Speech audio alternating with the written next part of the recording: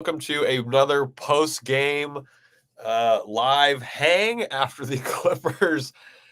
I don't know if barely is the right word. It might be the right word. Get past the Detroit Pistons. I'm Chuck Mockler. Welcome to Clips and Dip. I'm here with Will Updike. Adam Oslin is doing his job over on AM 570. He's doing the post-game. One of us is going to hop on there in the middle of the stream, but hanging out, letting people filter in after the Clippers versus the Pistons game. Will, Yeah. how you feeling about? Well, wait. We should first off we should say we hope Norm Powell is doing okay. He took a inadvertent huge elbow. I think that was from Jalen Duren. That it was a scary scene. Snapped his head back. He was leaking everywhere. We hope he's doing okay. He It was leaking. He was, man. Yeah, a lot of blood. Didn't really mean to laugh. A lot of blood. Very scary. Yeah, really weird. A weird afternoon overall, but we hope Norm is doing okay. He had to be carried to the locker room. Yeah, Ghost in the chat. Prayers up for Norm. That was scary. He looks so wobbly on his feet. Like he's definitely going to be in concussion protocol. I would be very surprised if he wasn't. Yeah, as he should be. We hope he's doing okay. Weird game overall in a lot of ways for the Clippers. Will, how are you feeling about just initial reactions before we dive into some specifics of this Clippers, what was it, 112-106 victory over the Pistons? Man, overall, I'm actually feeling pretty good. Like I know it's the Pistons. They have been turning things around a little bit as of late. 5-7 in their last 12. This was just this reeked of like the typical Clippers sort of brunch performance that we've come to know. And it looked like it wasn't going to be that way, right? 12-2 run to start things out. Looked like the Clippers kind of had some juice, had the gas going, and then it just completely flipped around. And then they trailed basically for the entire game until late in the third? Something. It might have been the fourth. It might have been early in the fourth. But they got the win, and I think really encouragingly, we got the Paul George game that we've needed. I feel like we haven't gotten that Paul George game carried the Clippers today. Yeah, since he returned to the lineup. His shot from three was weird. Definitely some struggles there early, but put it all together and had 20 points second half, great fourth. I had a poster. He dunked on someone today. Yeah, so there's definitely things to like amid all this. I thought this was a really great Amir Coffey performance as well, totally. Especially with no Norm. Like he has to step up a little bit more. And so Norm also, Jesse W with a good call. Pistons aren't as bad as people think. They've been playing well. Can I say one thing too? Sure. I just feel like, man, in an ideal world, sure, this is a game where like Paul George and Kawhi don't play the fourth. Like, it's just not going to work that way all the time. Like, you're not playing a team's record on any given night. You're playing the assemblage of players that's in front of you. So I agree. Like, it was probably a little close for comfort. It was a little bit difficult. I maybe don't think that our expectation should be, though, that the Clippers are just going to blow out every under 500 team. It'd be nice. It'd be great, but it's a nooner, man. I know it's a nooner. So Kawhi looked tired. He looked like he'd been I don't mean that in a mean way. He's been playing a lot of basketball lately at a very high level. He looked a little fatigued in this one. Nicole Marino saying Clippers need the All-Star break. Yeah, they really do. Kawhi was great from the outside. He shot 42%, but he shot 38% overall. He was doing a lot of good stuff. He still had 24, 4 and 5, 2 steals, but he had rough turnovers. Yes, he had 3 rough turnovers. There were 8 turnovers in the first. That was 8 offensive rebounds that the Pistons got in the first quarter. I can't remember how many turnovers the Clippers had. But yeah, Kawhi looked a little gassed. John Stotter's in the chat asking, do we know anything more about Powell? We do not. Here we go. We got a super chat. Win on Monday. Will they stay in first? I don't know. Anything could change with these 1 through 4 standings right now. I think I would like them to be in first. Will, do you think they win on Monday? Before this game, Ty Lue said he wanted the Clippers to be the number 1 seed. Did they play like that today? Did the Clippers? Does this change how you feel about Monday? Maybe.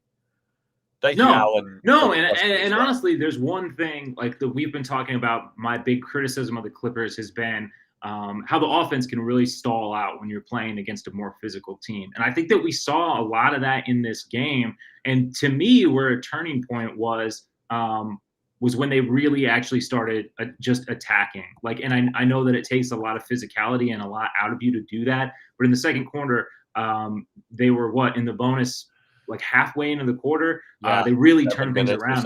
They started getting very, very aggressive, and just going through a lot of contact. And I understand that you're not going to get that for 31 games or however much is remaining. And ideally, you really don't even want to have to do that because we saw Norm go down in this one, but this was I thought this was a pretty physical and what felt like it would be a pretty punishing game on your body. But I like that they were able to make that adjustment and get through there because, as we said, that's been one of those issues with these larger teams, and it'll certainly be an issue with the Timberwolves. A lot of size, a lot of physicality. They got to find ways to make the offense to get it going, to try to make it hum, and it's not going to be as easy as it is against some of these other teams.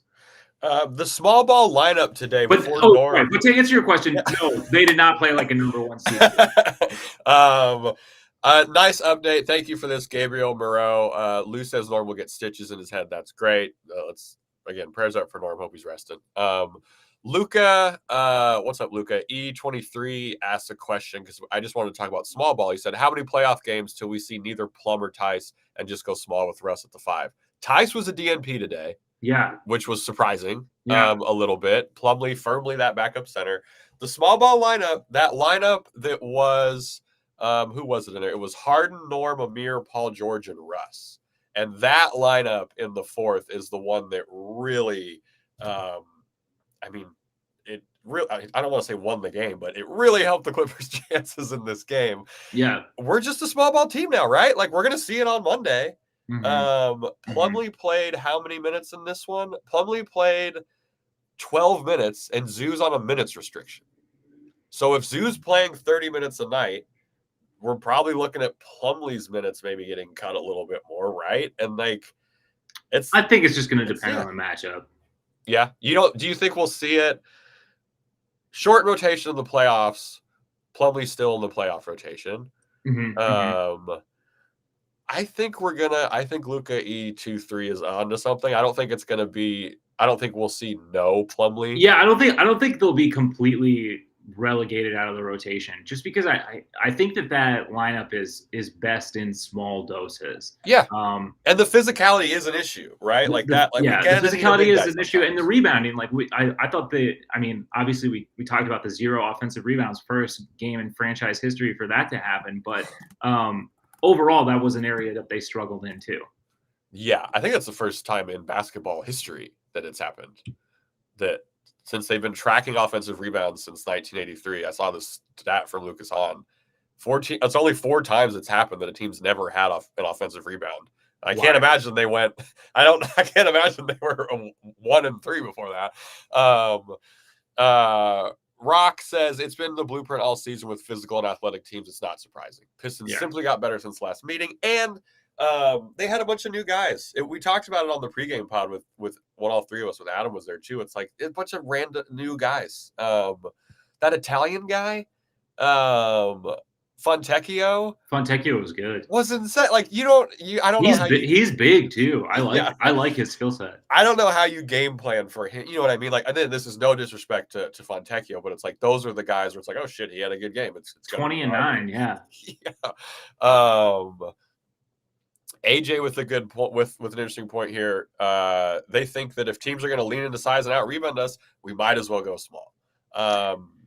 Yeah, I mean, it feels counterintuitive, but I think it really does. I think it's one of those things like you just get the litmus test of whether it's going to work or not, and sometimes you just have to ride with it, I guess, anyways, and just hope that that things pick up on the other side of the ball. But it is interesting to me that it has worked like that they have been not only not afraid to use it against these larger teams, but actually effective in fits and stretches. The defense was there was a lot of arms in the passing lanes with that small ball lineup in the fourth, which I really liked. Like Amir hit a 3 and then the next possession down, I think Harden caused a steal.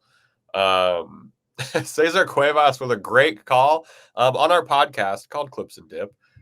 We do a player of the game award, but we've been making it so we can't say Kawhi is our pick because he's just so good. It's too easy. It's too easy. But Caesar says we should change the name to the Kawhi Leonard Player of the Game Award. I like that. We're going to do that. That's a great idea. Yeah, the Clippers did not play like a number 1 seed today. They won, I was kind of bitching about this game, and then you pointed out, you're like, they did still win. So, like, that's good. I'm very happy they got the win. And, like, look, man, we're going into the All-Star break. Like, it's such a weird stretch of the season. Yeah. And, like, I'm not like, trying to stand. I'm not trying to stand up here and make excuses. This was not championship basketball. This was not number 1 seed level basketball. But, like, I can't sweat this one too much, you know. Like, we still got the win. That's really all that's important. You know, let's take a little bit of rest. Let's regroup. We got a really hard game coming up, and let's make that the focus. Like, let's move on to that. One things here we go. This is a great call. Appreciate this, Rock. Looked better than the Thunder did today. Very much so. So before this, on the pregame pod, we talked about we wanted to see how PG looked and what the defense looked like. PG, fantastic. Got hot from 3 late. I think he only missed like 1 shot that wasn't a 3, or something like that. Like, it was really, really great from Paul George today. That minutes restriction for Zoo, boy, does the defense look rough with this minutes restriction in place. I'm not trying to say that the minutes restriction should be lifted or anything like that, but, like, man, is there such a clear difference. He also can't really get into it. Like, he only had 3 attempts in his 20 minutes today. He was efficient, which was great. But and 2 blocks. The first possession of this game was a great Zoo block, actually. But man, like, I cannot wait for this minutes restriction to be up for the Clippers defense. Yeah. I mean, it's going to be key to sort of turning things around, and I wonder what it's going to look like and what he's going to look like in this game against the Timberwolves, because we've seen flashes of where he was at, you know, before going down with the calf injury, but this will be a big test. So I love the Zoo Gobert matchup always. What did Zoo have in the last game against the Timberwolves? Let me pull it Russ up. had like a crazy near triple-double. So Rohith, I hope I pronounced that correctly. I apologize if I didn't. Said Harden needs to be more aggressive. Law Murray pointed out in the second quarter, Harden was rough in this one. That was a bit of an issue for the Clips. I think he went 0 for 2, didn't have any free throws, had like 5 assists but 3 turnovers. And this was a game too where I thought he was really kind of slowing things down on the offensive end. And normally, like, it works within the Clippers' pace. You know, I do think that he is well suited to sort of the tempo that this team likes to play at.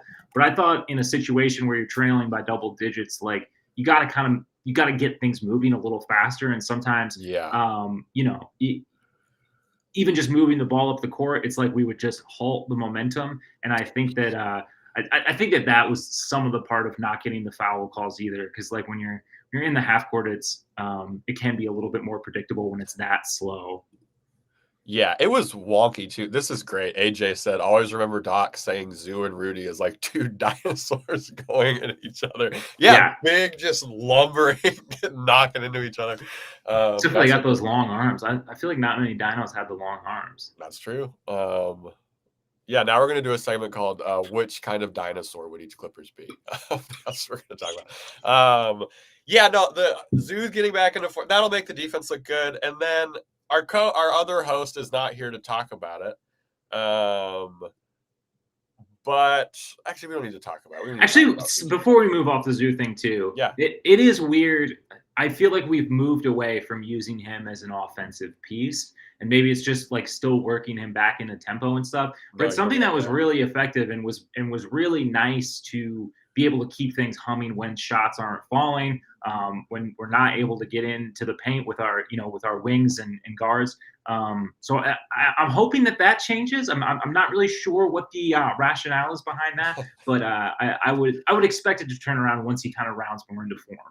Yeah, But against the Timberwolves, like that, that's when our offense struggles. It'd be nice to be able to be like, okay, well, like let's run a couple pick and rolls, let's get Zoo involved, and try to get some momentum going that way. But and we'll see. some touches in the paint, right? Even if it's in the short roll or something, something with that. I totally agree. And like we saw it against the Pels, right? Larry Nance comes in, and all of a sudden, Zoo gets 2 looks, and then it was just like, okay, we're not going to do that anymore. So I'm hoping it's the minutes restriction thing. Dylan Maley says, what are your guys' thoughts on Coffee switching into the starting spot for Man, or do you think he's more valuable for that spark with the bench squad? I think you got to keep the starting lineup how it is. I agree. Yeah. And Man was clearly really frustrated this game. And Coffee did have a really good game. Man didn't make a shot. Yeah. I think you got to stick with Man. I just think we have enough data at this point that it'd have to be pretty irrefutable to like usurp him from the lineup. Right. I mean, Terrence. And I like Coffee. I love his development. I love what he's done this season. Yes. Of course. It's just like we know what Terrence is in this lineup. And I mean, I get that offensively he's had his ups and downs this season. But I don't know that like moving him to the bench makes that any better.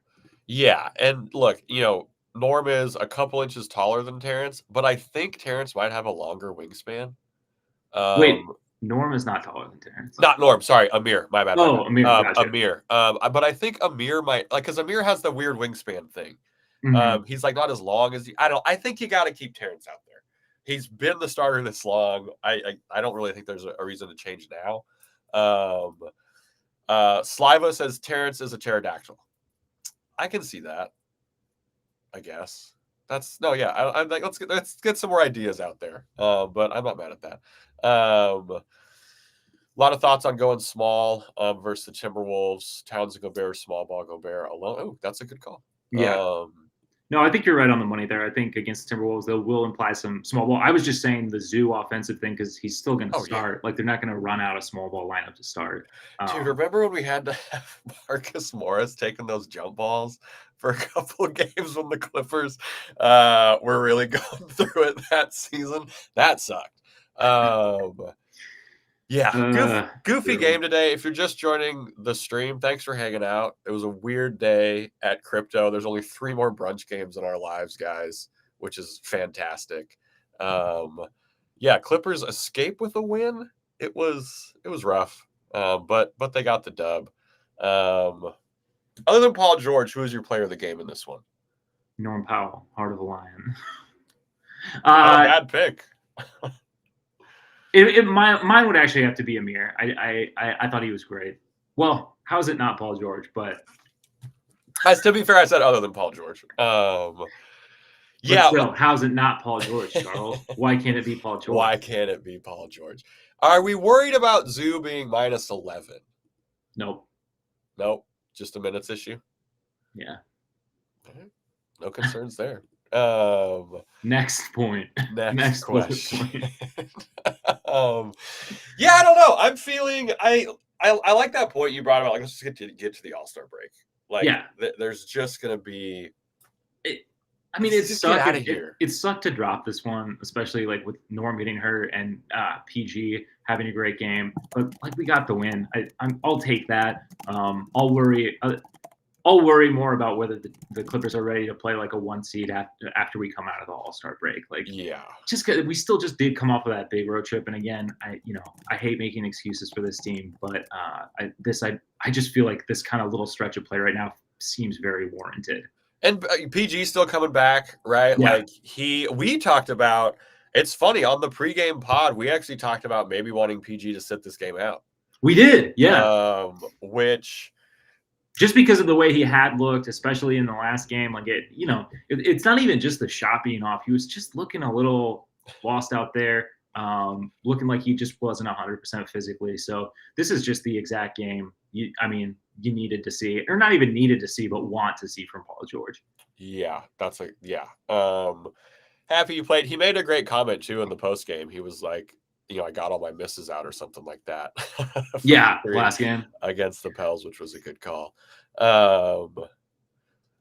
We got so there's been a lot of discourse rightfully so around the Kawhi Leonard double team. Manny Quaylar with the stat for us. Kawhi is getting doubled the most in the post this season, 32%.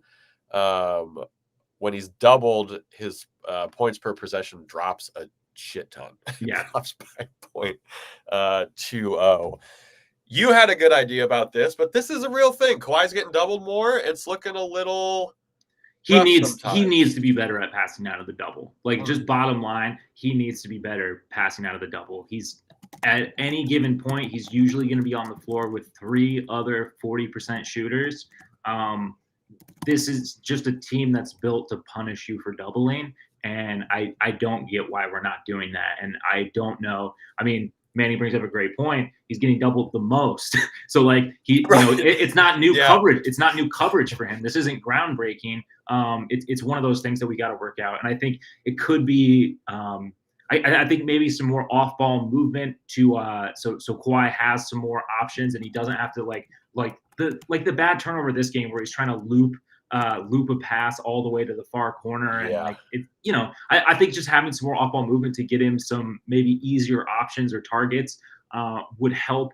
But it is one of those things that is going to have to improve, because the playbook can't be as simple as just double Kawhi in the post and their offense, falls into a half essentially of what it is normally.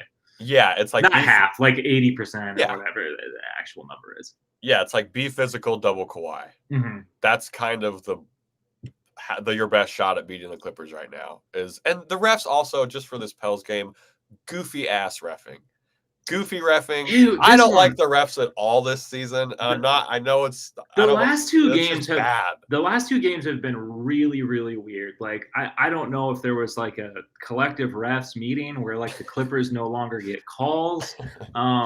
Very just mismanaged too. It's just like very, very strange. Although PG got a tech this game. Yeah. Well, he screamed, "That's a fucking foul." Which Hey, it was a foul. He was foul. So it is what it is. But I think the way they were able to combat that and turn it around is like just the way they forced the issue in this game. And I think that was the best takeaway of this. Like, even going against the physical defense, when they get downhill and they like go through the contact, it's not an option at that point, right? Like, you're not giving the ref an option to call or not call it. You have to make that call. Like, you have to make that call. And maybe sure they'll miss a couple, but like 9 times out of 10, when you're attacking the rim with that kind of intent and finishing through contact like that, you're gonna get the call. Yeah. Jesse W saying Terrence is a velociraptor. I lean kind of digging that. I'd lean maybe Russ towards a velociraptor. If you're just joining the chat, we were doing a bit earlier about what dinosaurs. Kawhi, woolly mammoth. Someone's saying Triceratops. I don't know about that. Maybe I could see it. I feel like a woolly mammoth would be a beast in the post. Yeah, that's true. Rock saying if there was ever a time for Bones to return, it's going to be as Powell recovers. Please don't rush him back.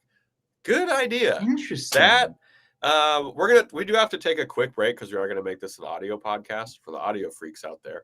Thank you to all the podcast listeners. Thanks for hanging on the stream. Ads have been kind of loud on the podcast, so if that's the case, go ahead and turn it down. We got ads in 3, 2, 1. All right, welcome back into Clips and Div. If you're watching live on the post-game hangout that's over on youtube.com/@ClippersPodcast, we never went away. But Charles, we're talking about what Clippers or what dinosaurs, but what's really going on? We're talking about Bones Highland maybe getting some run with Norm Powell out. If you missed it, Norm Powell took an inadvertent brutal elbow from I believe it was Duran. Will, I think it's your turn on the radio. Oh, sure, yeah. Will's about to go on the radio with our other co-host, Adam Oslin. And he's going to be out. They said just stitches, but it looked like a concussion situation. Like he was. The way his head snapped back and like how wobbly he looked on his legs, that was That was a tough hit. It was scary. It was a borderline scary. That was a tough hit. So he's going to be out. Who's going to get some run? The Clippers ran a 9-man rotation today. I do not. I hope they don't run an 8-man rotation while Norm is out. It's probably got to be Bones. I love this. This is a time for. This is why you don't trade Bones. It's nice that he's still on the team, as you like to say. You need good players who are cheap. Yeah. Bones is a good player who's cheap.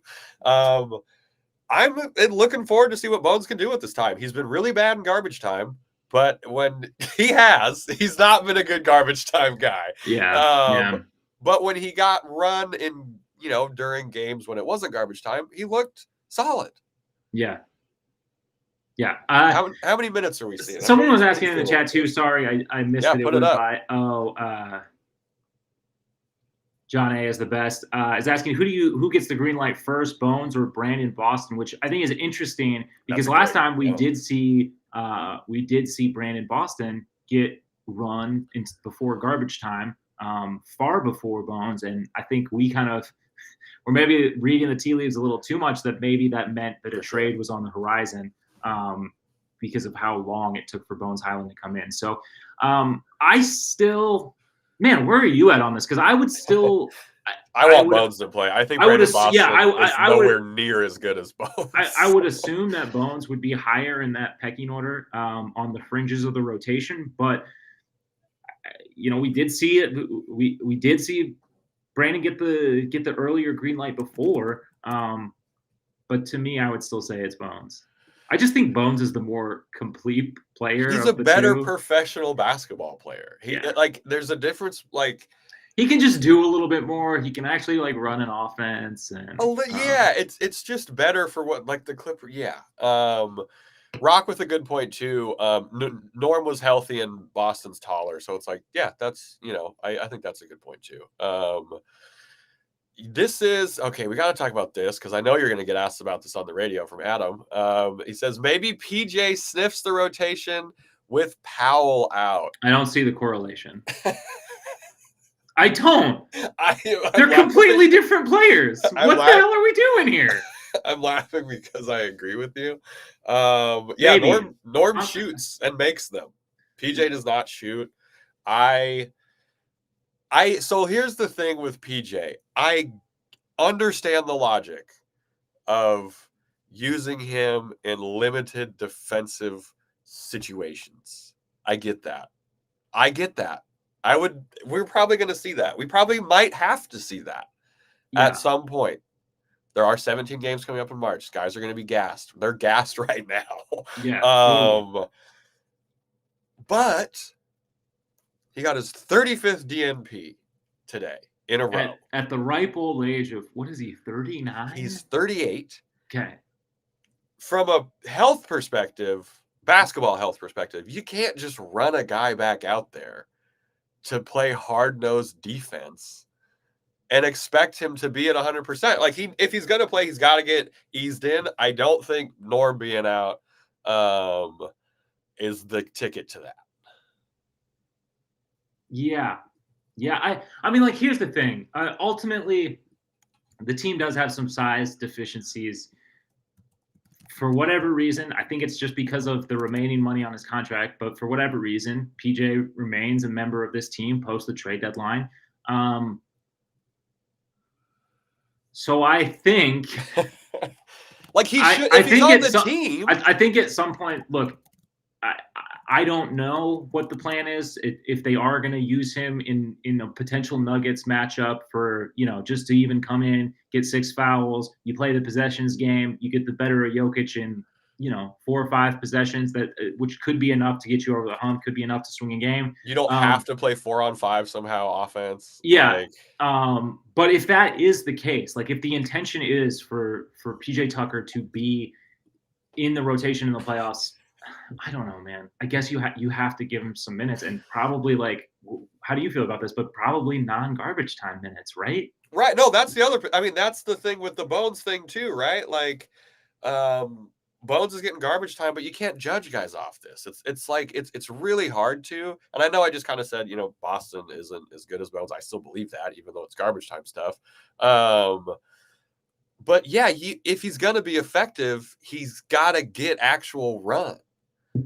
Like you're right about that. Yeah, I hope it's Bones. I think if Boston got the run Bones got early in the season, he would have done about as well, and we'd have a higher opinion of him. I don't think so. We don't have any evidence of that. Yeah, He has not been good in his NBA. I like Boston. He has potential. He has so much potential. He can light it up. He has potential. I just feel like we've seen more flashes from Bones. I loved what we saw preseason from him, and some of his play. It wasn't perfect, but I thought, some reassuring play prior to the Harden trade. So if only, we only have X amount of developmental minutes. So I guess in my mind, I would rather those go to Bones, unless he's like pissing them away or something, or looks really bad. Then yeah, sure, bring Boston. Right? Yeah. After that, it's like go for it. Whatever. Yeah, it's going to be odd. Well, and it's especially too. This really alters what happens with the game on Monday. Like no Norm. I'll tell you what. I'm assuming Norm's not playing on Monday. I don't want him to play on Monday. Like, what is the NBA concussion protocol? It's like 48 hours from now. Let me just pull it up. Oh yeah, you also have to do the radio in a sec. So I guess it's just me in the chat. But yeah, so no Norm is really interesting. Let me pull up the stats from the last time we played him. When we played like the 15th or something like that. But yeah, no Norm versus the Timberwolves makes Monday really hard. It was already difficult. We played him the 14th. Excuse me. Oh, wow. Okay, so there's a reason we didn't know the exact number, because the NBA's concussion policy is that there is no time frame to complete the process, and each injury and player is different, and recovery time can vary in each case. Awesome. Okay, great. So maybe he does play on Monday. I hope he doesn't. If he does, though, I like this idea from Jeremy. Are we going masked Norm? It'd have to be a helmet. Put him in a helmet. What? I don't know. He might have a concussion. He shouldn't be playing. I don't want him to play. Sorry. With how hard that hit was, like, dude, it was rough. He got his bell wrong. Dude, Norm had 24 against the Timberwolves in January.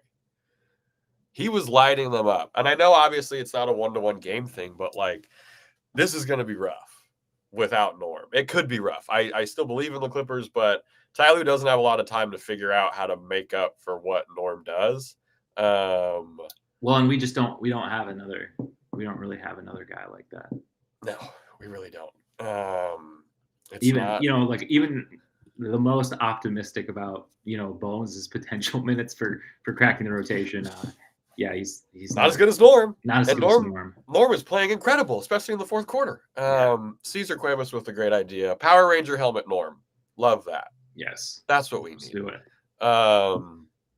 Okay. V. Stiviano visor Norm. Dude. V. Stiviano visor night at Intuit is going to be crazy. I need one of those. Side note on that, the Clippers drafting 3 guys and none of them panning out. Yeah. Classic. Boston still has time. Well, and I feel like I feel like Coffee's development is a nice.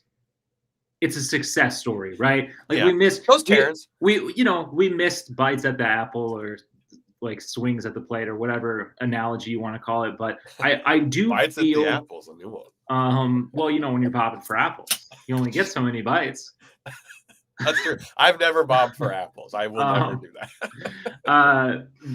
But seeing Coffee like actually develop, he's been with the team for so long, and just how good he's been, he's exceeded every expectation. I think that bodes well for a team that, it really felt like struggled to develop guys internally.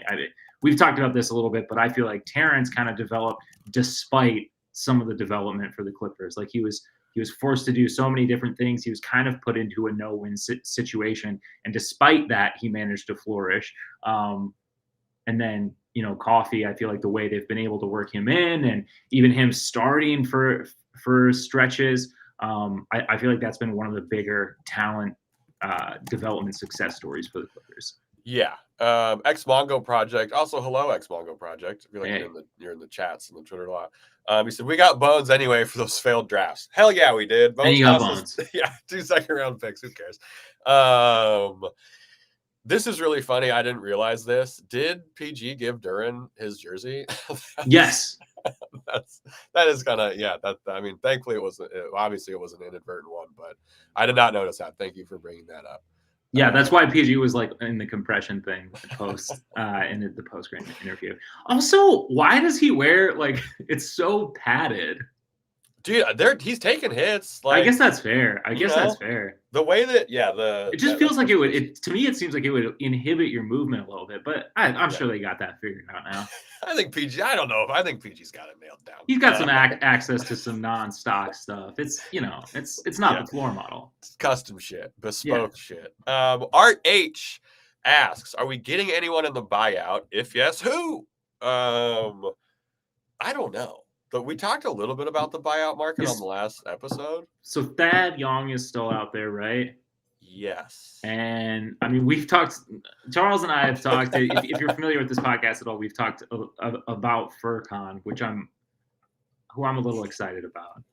Okay, I was excited about Furkan, and then fans of the 76ers and Pacers were in our comments being like, he sucks. It's a buyout guy, dude. Yeah, that's what do you think you're getting on the buyout market? It's a guy that Giannis stopper. A guy who can stop Giannis and hit threes and defend 1 through 5. He can hit threes.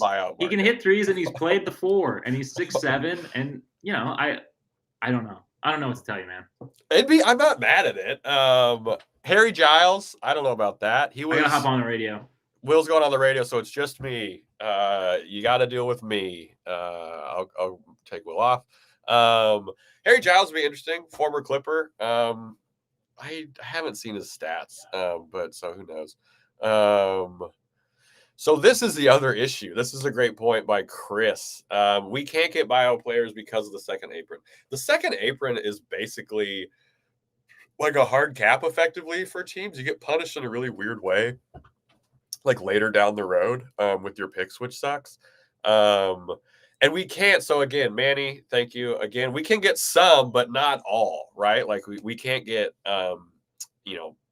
anyone who's really over like any kind of substantial amount. Russ the Builder, giving a shout out. Harry is a good rebounder.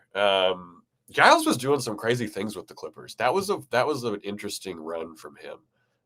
It was productive-ish basketball, which is what the Clippers need on a buyout, right? Like as Will just talked about, we're getting a guy who's coming in to, like Russ the Builder saying, get some boards, defend a little bit, and that's it. We're not talking a guy who's probably getting even over 12 minutes a game. Like I don't think that's going to happen.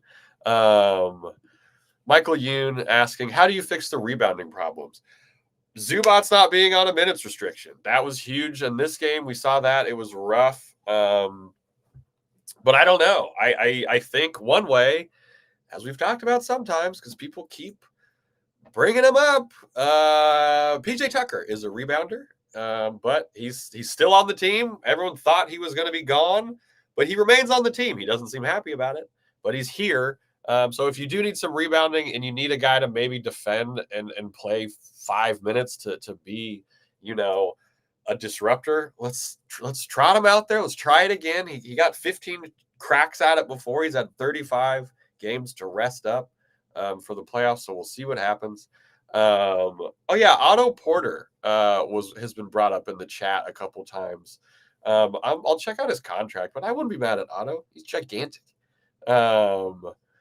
Yeah, this is a great point too. We need a guy who's cool with being benched and cheap.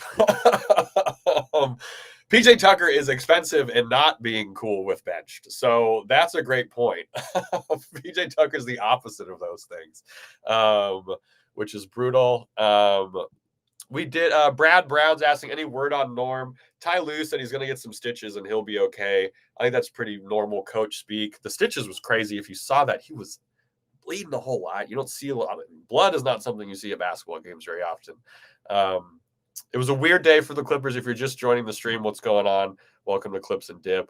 Will Updike is on the radio with our other co-host right now, Adam Oslin. I am Chuck Mockler, so we're hanging out. Weird night. Norm's hopefully okay. No way he's going to play on Monday. I don't want him to play on Monday. He torched the Timberwolves last time, but that was a scary injury. Michael Yoon again with the heavy hitters in the chat today. Can we talk about the fact the offense has not improved since December 1st? Kawhi said it. They're completely relying on talent. When you see a team like Denver, the offense clicks like crazy. Zoo's on a minutes restriction. PG was hurt. He had the groin thing. He's coming back. I'm not saying it has been good. I'm not saying anything like that, but we've seen this team click. They had 122 offensive rating like 2 weeks ago. I don't know if I don't know how much more you can be clicking than that. But you're not wrong. Today specifically, Michael Yoon, I think, really illustrated that. Today was rough. It was dog shit for like the first 3.5 quarters or something like that. So they do got to step it up. Losing Norm is not going to make that easier.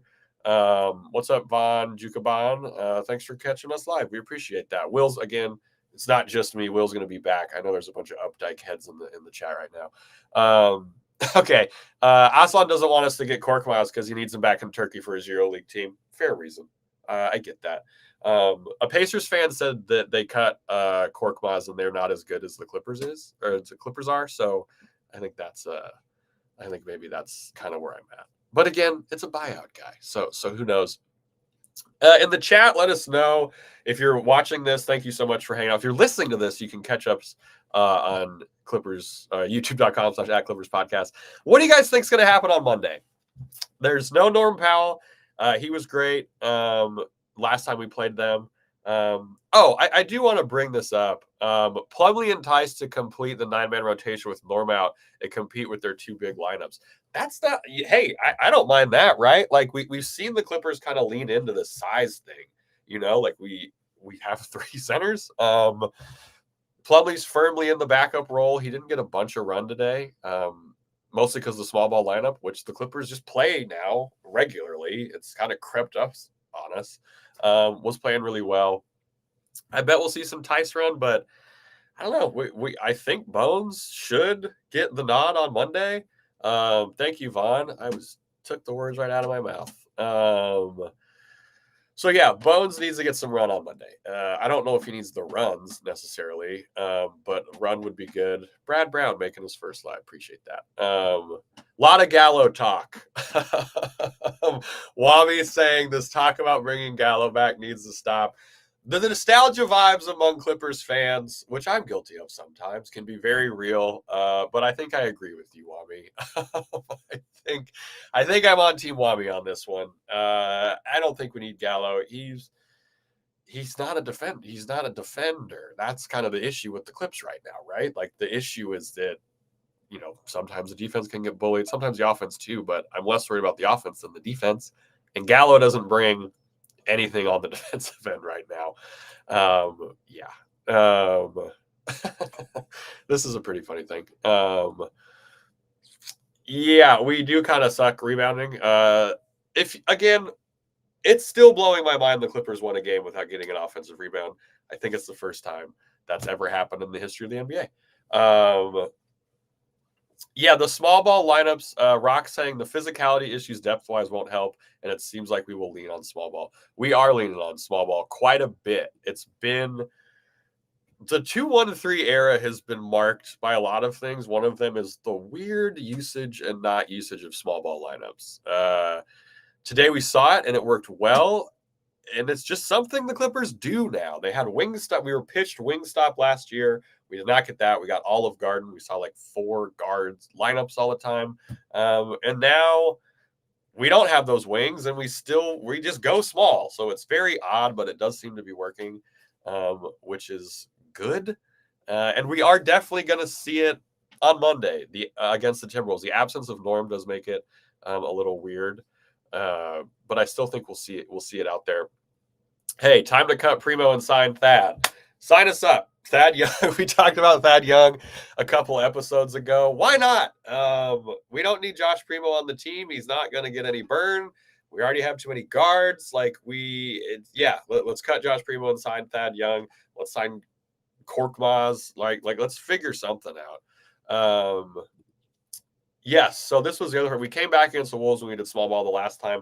We also got our asses kicked in the first part of that small ball lineup, and they kind of had to make up some of the ground. But I do think it will be better this next time around on Monday.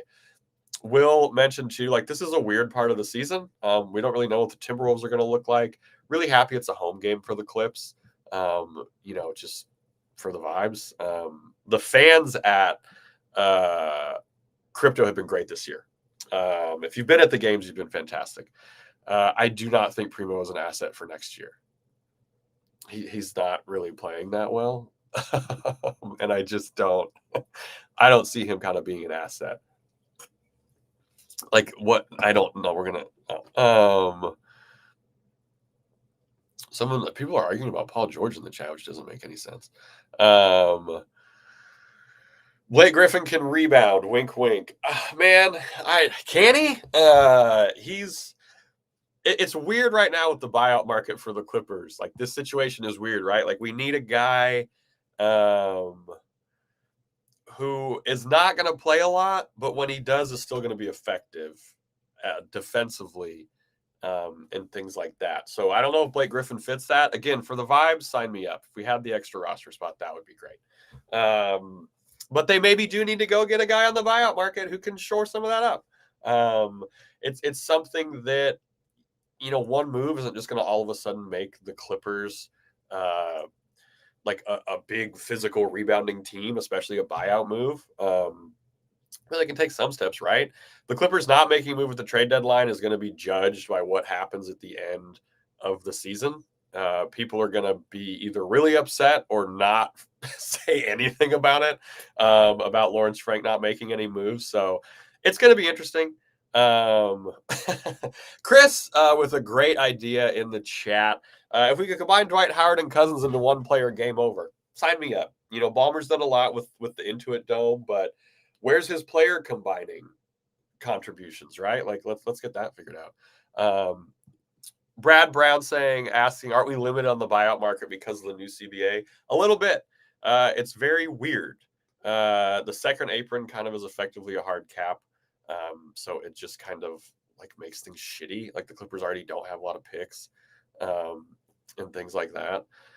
Oh, this is a pertinent question. Do they still sell the 22-23 City jerseys in LA or in the USA? It's not on the NBA store website anymore. Try clippersstore.com. Donald Sterling shit the bed with the Clippers merchandising, and we use clippersstore.com. It's kind of janky. So check that out. They might have them. Because those were solid jerseys. Vaughn says, knowing Lawrence Frank, he still has one more move in his sleeves. He's a tinkerer. He's a guy who wants to improve the roster. Kind of whenever he can. So I totally agree with this. I don't think it's not going to be shocking if the Clippers do sign some random guy on the buyout market. So it will be interesting. I'm looking ahead to this Monday game, and I don't know. I'm really worried about it. I don't know if I think that's valid. No, Norm makes this one tough. But yeah, I want to see the defense looking good. All right, we got this from Marlene. Hello, Marlene. I don't think you've been in the chat before. Hope you're doing well. I'm starting to doubt the Clippers. They are relying too much on ISOs. They have not improved on defense yet. Hey, not totally unfair points here. The defense, I think we got to wait for Zoo to be off the minutes restriction before we can totally judge what the defense looks like. Because again, he's at 20 minutes right now, which is 10 fewer minutes than he should be playing, probably. So I think that's fair. And the offense, I don't know. The ball is moving around really well in the pick and roll. Again, Zoo being back helps the short roll passing and stuff like that. And the small ball lineup, that's not a very good argument. Oh, Will's back. Will, how was the radio? It was good. Yeah, it was good. Clips and double dip. You can listen to that wherever you get your podcast. I'm pretty sure later today. But as far as doubting the Clippers, we talked about it a little bit up top. I actually thought there were some reassuring things in this game. I like the way that they really forced the issue on offense. I like the way that they started attacking the rim, playing downhill.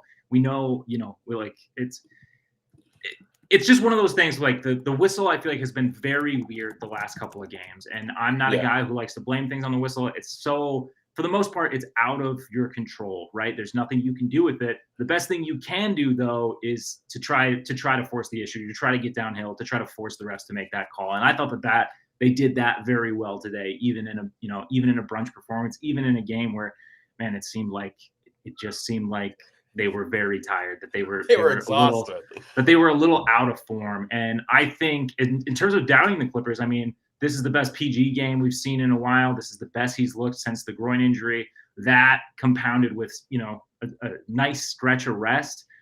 I don't know, man. I get that people are upset that this wasn't an easy win. But I'm still feeling pretty good. Yeah, I mean, they're still sitting, for all intents and purposes, in the 4 block of number 1 seeds right now, right? Like, there's 4 teams that are basically jockeying, for the number 1 seed. We were talking buyout guys. I was singing the praises of Furkan, of course. All the Updike heads in the chat were loving it. Michu he does have pretty good, he can shoot threes. Like, I don't know. I don't. It's not going to be a groundbreaking move. People are talking about Blake. People are talking about Gallo, but we need a shooter. I'm so sorry. Like, and a defender, a guy who can maybe defend a little bit. We need a plus defender that, they don't have to be a insert blank great player stopper. They need to be a plus defender, and to me, it's absolutely essential that they shoot threes. Just with Russ on the floor, they are going to be spending time with Russ. It's going to be weird, and if we, the way we've transitioned into small ball makes me think less that they would pair, like, even if we had gotten Olynyk, right? It makes me feel less like they would pair Olynyk with Plumlee or any of the other bigs, which I like. I thought that would be a very bad idea. But obviously we were nowhere close in that bidding war to what the overcharge was on the that was a steep price tag on Olynyk, in my opinion. Clippers have a weird war chest. The Clippers don't have a lot of guys are playing so well. It's so hard to justify trading some of these guys on their contracts and stuff like that. They literally need someone who is fine playing 12 to 15 minutes to grab boards. That isn't. Yeah, they need to be not just and also. I still think they need to be able to shoot if you're going to be in lineups. Not like 5 threes a game or something like that. Like, no, more than they can take like that. Like 2 to 3 attempts. It just has to be enough to get you a little bit of space. Yeah, that's it. It's got to be in their heads. You got to give the opponent sick thoughts. Is what you got to do. What about Daniels? Sure, like, all of these guys fit that mold where it's like, if he's cheap enough, let's cut Josh Primo and get him on the dang team. Will, what do you think the small ball is going to look like against Mini on Monday? Do you think we lean into it more, or do you think we pump the brakes on that with no Norm? Because Norm's pretty key for that small ball lineup and his spacing. Yeah, definitely. I mean, and just, the way he can attack the rim as well. Sometimes he's like shot out of a cannon. I think part of this is really going to depend on. I think this is going to be a good litmus test for where Zoo is at, right? I'm curious to see how he looks, and if we're going to be able to use him as an offensive chess piece as well. Which it's going to be tough, but I would like to see us sort of getting back into the realm of those hardened pick and rolls that were really effective. As far as the small ball is concerned, the way that we've been leaning into it, I don't expect that to change. I would assume that that's what the closing lineup is. I think that it can be effective. No Norm though makes it really weird, but I don't know. According to the NBA concussion protocol, I mean, he could play. He could be back to play. So we'll see. And maybe it's one of those things where it did look worse, and I don't know.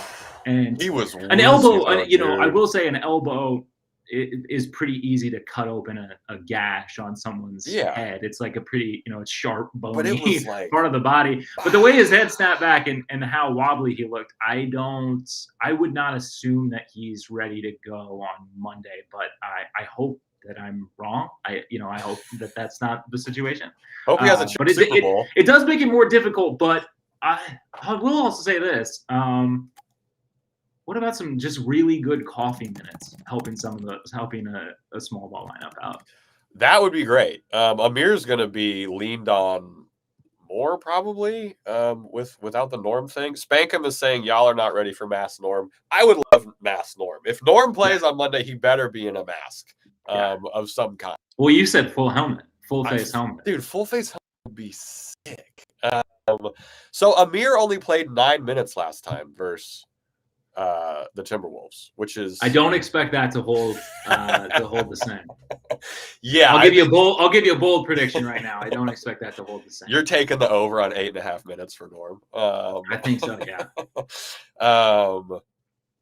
Yeah, and also the last time we didn't have Zoo last time in January. Yep. Adam brought that up on the radio that was the game he was the late scratch, and that was kind of the start of the calf injury. That was the late scratch game. Damn, I didn't realize it was that one. Yeah, that's gonna be big. What's the line on that right now? I should check that. I don't know. I was being nervous to the chat. I was saying I'm not feeling super good without Norm heading into Monday against Minnesota, but I'm happy it's at home. And but yeah, I don't know. I'm interested. This has been a kind of a recurring theme in the chat. Spankham wants to know if Norm is out, are we expecting a Bones appearance or PJ to maybe guard Cat? I'm leaning towards Bones appearance. I still don't know how many minutes though. I would still say it's around 5-ish. I would say 8. I think that the minutes distribution is going to swing. It's just going to be more time for guys like Coffee. And then as far as the PJ thing, we talked about this a little up top, but if there's any intention, even a glimmer of an idea that PJ Tucker is going to play any minutes in the playoffs, I think they had better get him some amount of run. I just don't know what to say, and I don't know that it's going to look good, especially a 38-year-old guy after 35 DNPs.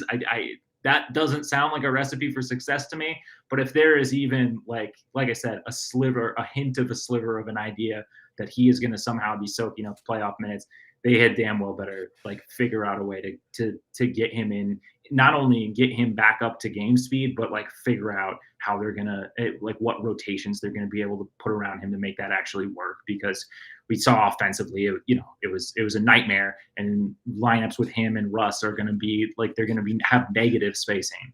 Right, and with no Norm, I don't want to see Norm. I don't want to see PJ on the floor if there's not 4 other guys who shoot capably from 3, right? No Norm makes that really difficult. Oh, ex-Mongo project. Send PJ to the G League. I actually think that that's the right move. Dude, he would. He's not going to do it. He's not going to do it. He would be furious. I understand. Rightfully so. I understand. I understand why. I'm just saying, maybe easing into a little bit of competitive basketball doesn't sound like the dumbest idea to me. That's all that I'm saying. You're saying don't run a marathon fresh off the couch. Yes. Okay. Hey, I'm not. That's not how the couch to 5K actually works. You don't just get off the couch and run the 5K. I could get off the couch and run a 5K. Yeah. But I don't know if I could. It's a popular training plan, and that's not the plan. Right. It's not. Step 1, get off the couch. Step 2, run 5 kilometers. Take your first step on a 5K race. Oh, whoa. I don't know what these balloons are. I don't like them. Sorry about that. How far in the LA Marathon could you get if it was tomorrow? Are you finishing? I think I could do 10 miles. I could get 10. And then I could do a really pathetic kind of walk jog for maybe another 5 miles. I want to say another 5 miles, but I don't know if that would be true. Shit your pants at mile 6 or mile 22. Whoa! We got Adam Oslin. Special guest coming in. What up? Oh no, you're muted. We can't hear you. I'm not now. What the fuck is that? He's coming in He's hot. off the radio. He's cursing. He's cursing a bunch. What's going on, man? We were just talking Norm's absence against the Timberwolves, most likely. About what with the Timberwolves? Norm not being there for the Timberwolves game. Yeah, that's tough. But maybe it opens up the possibility of them, having a less likely chance of going small, and Big Zoo can really have his, his re-coming out party. I'd love to see Ivica Zubats get to 30 minutes in that game. That would say a lot. That's a good call. I was not privy to the radio. How are the callers? How are the vibes after this exhilarating win against the Pistons? They were overall more positive than me, but some of the callers, they did agree that, you're trying to win a championship here. I understand a win is a win, but when you have championship expectations, you want to see championship habits. And this was another game where I felt like they just didn't build any. They've had a few ugly games. They've had a stretch of some ugly play. Maybe you can say that, the fact that they won and they came through late, that's something they can keep in their back pocket, a reservoir of confidence to draw from. But it's still frustrating to see them go up 12-2 and look like they were about to buck the trend of matinee madness games, and then they just let the Pistons get right back into it. They went back into sleepwalking mode. It's like, wait, you hit the smelling salts, and then you hit the snooze button again? What's happening here? It was tough to understand, but I love what Coach Lou did, and this may have legs too, but hot three-point shooting team, put out a small ball lineup, and switch everything. And that's what did it, because the Detroit Pistons started 7-14 from three and then ended up hitting just 2 of their last 16 shots from the outside. Wow. And that's really the only reason they won, because you look at it, points in the paint, they doubled the Clippers at 68-34. You look at shot attempts. We just talked about this, though, that maybe doesn't tell the whole story because of the free throw stuff. It's true. The Clippers' free throw advantage was huge, and a lot of that is because they were more aggressive in getting to the paint. But it's still a big, it's not as big when you look at it that way. Sure. But the fact that they got up 20 more shots and got 22 more rebounds, and the Clippers didn't have an offensive rebound in the game. I said on the last podcast, the Clippers could play miserably and still beat the Pistons team, and that's pretty much what happened. I also said that I hope Paul George doesn't play, and I'm glad I was wrong about that, because he looked like his best version of himself in a while. Yeah, it was great to see PG, and great game to get rolling into Minnesota, right? We're going to need Paul George to be elite. Zoo gets to actually play against Minnesota this time, which is awesome. But PG was bad against Minnesota. He shot 26% in January when we played them. So, he maybe has something to, circle on his bulletin board, because, we're going to need probably 30 from PG to get past the Timberwolves. And good defense, likely against Karl Anthony Towns, one of his best friends in the league, because he was guarding him last time out, who is a guy, even though he's big, he plays a lot on the perimeter, and will likely have to once again. So this is a big measuring stick. Since the Boston game, this is probably the best measuring stick-like game for this Clippers team since they won big in Boston. If there's a game you're circling right before the All-Star break to see where you're at, this is it against Minnesota. This would potentially be, for me, if they won. Obviously, I don't expect them to blow the Timberwolves out like they did in Boston. But if they were able to nail down a convincing victory here, that to me would be even bigger than the Boston game. This is the template of a team that kind of gives the Clippers trouble. If they were able to sort of get over that, exercise those demons, to me that would say a lot about where this Clippers team is, even at this point in the season, where it's we're in the doldrums before the break. They just come off a huge road trip. They're obviously very tired. The habits are trending downwards. If they could get a convincing win in this one, that would be the best win of the season to me. It's this, and then they play the Warriors on Valentine's Day on Wednesday, and then it's the break. So they need to I'd love them to go 2-0 and things like that, but we'll see. X Mongo Project saying, is the blueprint to defend Mini we did last time still doable? Yeah, because Norm isn't really a huge part of that. And we have Zoo back. So the defense should theoretically look better than it did last time out against the Wolves. It was still very good. Holding them to 109, is nothing to really sneeze at. But I'm really hoping the defense, that's what I'm mostly looking for on Monday, is the defensive process there. Is it, like Adam said, is it actually championship level? And Ty Lue said he wanted to be the number 1 seed. So is it going to look like a number 1 seed's defense on Monday? Yeah, we talked about it post game, Will and I, but maybe these last 2 games where they go 1-1 and don't look very impressive in overall, even the victory today against the Detroit Pistons, is kind of the calm before the storm, because there is a big game coming up Monday for first place in the West, and maybe it's just a little bit of a ramp down before a ramp up, and we're going to see a more focused team, a team with much better attention to detail and connected out there, because Minnesota is not a great offensive team. They're about a bottom 10 offense on the season. So there is an opportunity to flex your defense a little bit against them. And if it turns into a rock fight, so be it. I would love to see the Clippers win playing big against a team that also is one of the biggest front lines in the NBA. To me, that would be a really encouraging sign.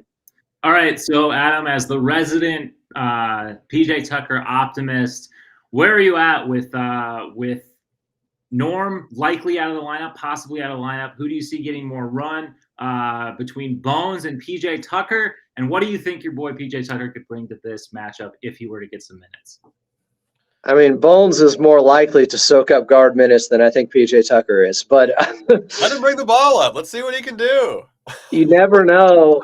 Maybe he's got some Point Plum in him. Maybe he's got some Sham God. Plum went coast to coast today. Did you see that? Plum had no outlet pass and blew the layup. But hey, he got fouled. I was calling for PJ Tucker during this game because I just felt like the intensity was so poor by the Clippers. How about bringing a guy that is desperate just to get out there on the court and see what he could do? But Coach Lue pushed all the right buttons, and they got by. We'll see. Maybe because of the matchup against Minnesota, that is an opportunity, because Coach Lue said he's going to give him an opportunity moving forward, and said he's not worried about what he said on Instagram and the locker room. All the guys have just said glowing things about him and what a good teammate he's been. So at least it seems like we don't have to worry about some disgruntled guy that's going to poison the locker room or anything like that, because it hasn't happened yet. He has no beef with his teammates. Yeah. Between him and the coaching staff, whether or not he gets minutes. Yeah. And I think, I will say to PJ's credit, I feel like other than the stuff with the media, he has been incredibly professional about this whole thing. He's still cheering guys on the bench. He's not pouting all game. So you do have to give him a lot of credit for that, because it's not an easy position to be in for a guy who's 3 years removed from a championship run. Yeah, we'll see. If there's any game to do it, it's either tomorrow. It's either Monday or one of the games in March, right? Guys are tired. They were exhausted today. They're still playing every other day after that 7-game road trip. It's crazy. Did Daniel Tice get missed today, guys? No, he was DNP'd. Well, there may be even less of a chance than the PJ Tucker plays, because Daniel Tice will still get minutes first in the pecking order, especially after not playing today in a game where they got out-rebounded to that extent. Yeah, that's a good call. I think we got to about wrap this thing up. Adam, I'm happy. We're always happy when you join the live streams, but I think we need a patented Adam Oslin one positive thing. Look, the Clippers can't play much worse than they did the last 2 games, and they still split them. And they're going to be at home. And this is a measuring stick, test yourself opportunity Monday night. And maybe the fact that we've seen this, it's funny. Kawhi Leonard, when he had that little jolt at the end of the third quarter, and he had that big dunk, and all of a sudden he started to come alive, hit a 3-pointer, the team followed. When Kawhi Leonard plays with that level of pop and juice and energy out there, it seems like it permeates throughout the team. I think on a big game Monday night against Minnesota, that's the Kawhi we're going to see for the 40 minutes that he's on the court, or 38, and the rest of the squad's going to follow him. There we go. Love to hear it. Will, for those listening, we want to thank everyone who watched the stream also here on youtube.com/@ Clippers podcast. Where can people listen to this podcast? Yeah, if you somehow missed this one, but you want to hear it with your ears, you can do that wherever you get your podcast. If you listen over on Apple Podcasts or Spotify, please give us a little rating, give a little review. Really helps us out. But you can also listen to us on Google Podcasts, on Amazon Music. We're on Stitcher. We're on Deezer. Anywhere you get your audio, you can get us, and you can get at us anytime over on Twitter.com. That's at ClippersPod. Yep. We will talk to you at the Double Dip on Monday. No pod tomorrow because there's a football game being played. And as always, there we go. Von Jukaban says Kawhi will be shooting 50% Monday night. We love it. We love the energy. The crowd's going to be awesome on Monday night. I'm really looking forward to that. And as always,